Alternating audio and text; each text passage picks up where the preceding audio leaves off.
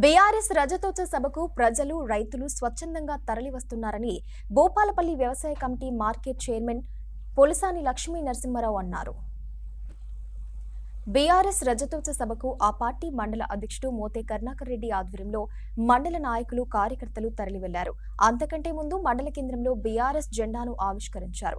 Party ఆవిర్భవించి 20 సంవత్సరాలు పూర్తి చేసుకున్న నేపథ్యంలో కేసీఆర్ అధ్యక్షతన ఈ కార్యక్రమాన్ని నిర్వహిస్తున్నట్లు, రజతోత్సవ సభకు లక్షలాదిగా కార్యకర్తలు, రైతులు స్వచ్ఛందంగా తరలి రావడం జరుగుతుందని తెలిపారు.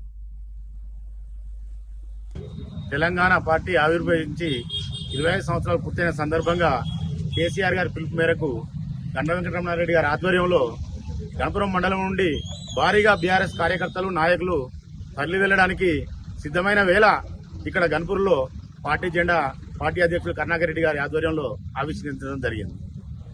ఈ సందర్భంగా ఎన్నో సవాళ్లు, బీఆర్ఎస్ పార్టీకి వాళ్ళ సవాళ్లు కొత్తగా కాదు.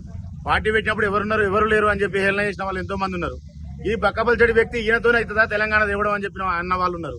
అలాంటి ఎన్నో సవాళ్లను ఎదుర్కొని కేసీఆర్ గారు ముందుండి తెలంగాణ ప్రజలను తనతో నడిపించి తెలంగాణ సాధించుకొచ్చినటువంటి మహానాయకులు. అలాంటి నాయకుని ఆధ్వర్యంలో పనిచేయడం మా అందరూ అదృష్టంగా భావిస్తూ ఈ రోజు వారి పిలుపు మేరకు చాలా మేము అనుకున్నది ఏంటంటే గన్పూర్ మండలం నుంచి మా రమణారెడ్డి గారు కనీసం మీరు ఒక 1500 మంది వస్తారా అని అంటే లేదు సార్ 2000 మంది వస్తామని మేము చెప్పడం జరిగింది. కానీ ఇవాళ ఉన్న పరిస్థితులలో ఇప్పటిప్పుడు మా మండలాధ్యక్షులు మళ్ళీ ఒక 8 బస్సులు ఎక్కువ చెప్పడం జరిగింది.